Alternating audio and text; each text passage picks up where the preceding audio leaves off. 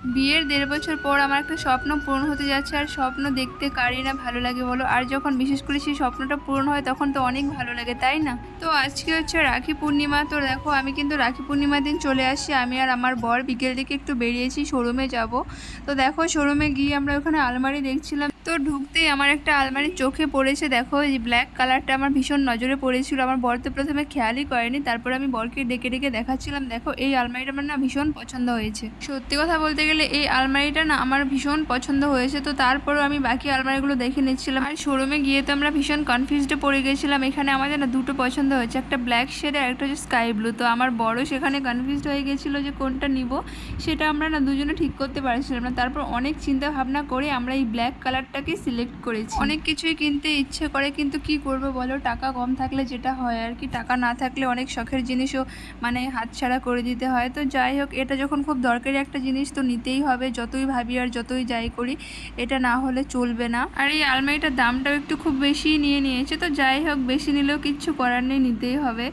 এরপর আমরা একটা আলনাও দেখে নিচ্ছিলাম, ঘরে যেহেতু ডেইলি কাপড়গুলো আমাদের রাখতে হবে তার জন্য একটা আলনাও দেখে নিচ্ছিলাম সাথে সাথে। তো অবশেষে আমরা ব্ল্যাক কালার আলমারিটাই আমরা সিলেক্ট করেছি। তারপর আমার বর আমাকে বাড়িতে পাঠিয়ে দিয়েছে, যেহেতু আজকে রাখি পূর্ণিমা, তো দুটো ভাইকে আর একটা দাদাকে রাখি পরাবো, তার জন্য দেখো আমি ঘুগনি করছি। ঘুগনির জন্য আলুগুলো ফ্রাই করে নিচ্ছি আগে।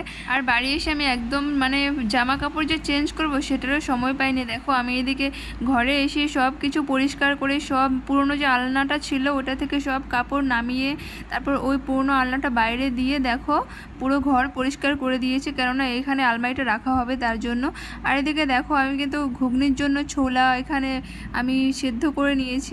তো আমার দাদা যেহেতু বাড়িতে নেই তার জন্য আমি এবার বাড়িতেও যাইনি রাখি পরাতে, যেহেতু বাড়িতে থাকে না বাইরে থাকে, তার জন্য আমি বাড়িতে যাইনি। তো এখানেই দুটো মানে আমার বরের দুটো বন্ধুর মতোই, আবার ভাইয়ের মতো, তো ওদেরকে রাখি পরাবো, তার জন্য আমি ঘুগনিটা করছি আর কি। ওদিকে ঘুগনি করতে করতে আমার বর কিন্তু ওদিকে আলমারি নিয়ে চলেও এসে দেখো ঘরের মধ্যে রেখেও দিয়েছে। আলমারিটা কি সুন্দর লাগছে, আর আমার তো ভীষণ এক্সাইটেড। আমাদের মতো মধ্যবিত্ত ফ্যামিলির ঘরে না এইসব ছোট ছোট জিনিসগুলো না ভীষণই আনন্দ দেয় আর কি।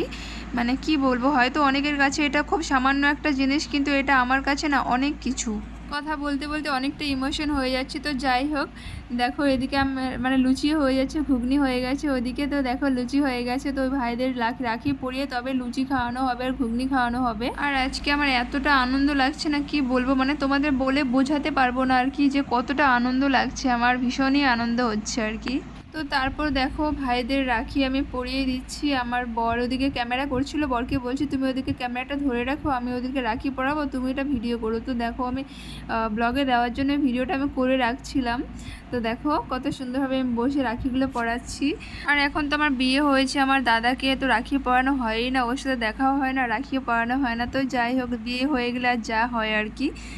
তো সব কিছু করে দেখো রাতে করে এদিকে সব কিছু সেট করা হয়ে গেছে, এদিকে আলনা রেখে দিয়েছি, এদিকে আলমারি রেখে দিয়েছি। তোমাদের কাছে আলমারিটা কেমন লাগছে জানিও তো।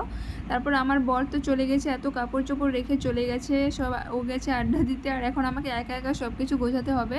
তো দেখো আমি এদিকে সব কিছু গুছিয়ে নেবো, এক এক করে সব জামা কাপড় গুছিয়ে নেবো। আর বাকি যে জামা কাপড়গুলো আছে আর কি, ভালো ভালো যে জামা কাপড়গুলো আছে সেগুলো আমি ধুয়ে ধুয়ে সব আলমারিতে ভরে দেবো। তো দেখো এত কাপড়, আমার পুরো মাথা ঘুরিয়ে গেছিলো আর কি এত কাপড় দেখে। তো কি আর করা যাবে, সে তো আমাকে ভাঁজ করতেই হবে একা একা।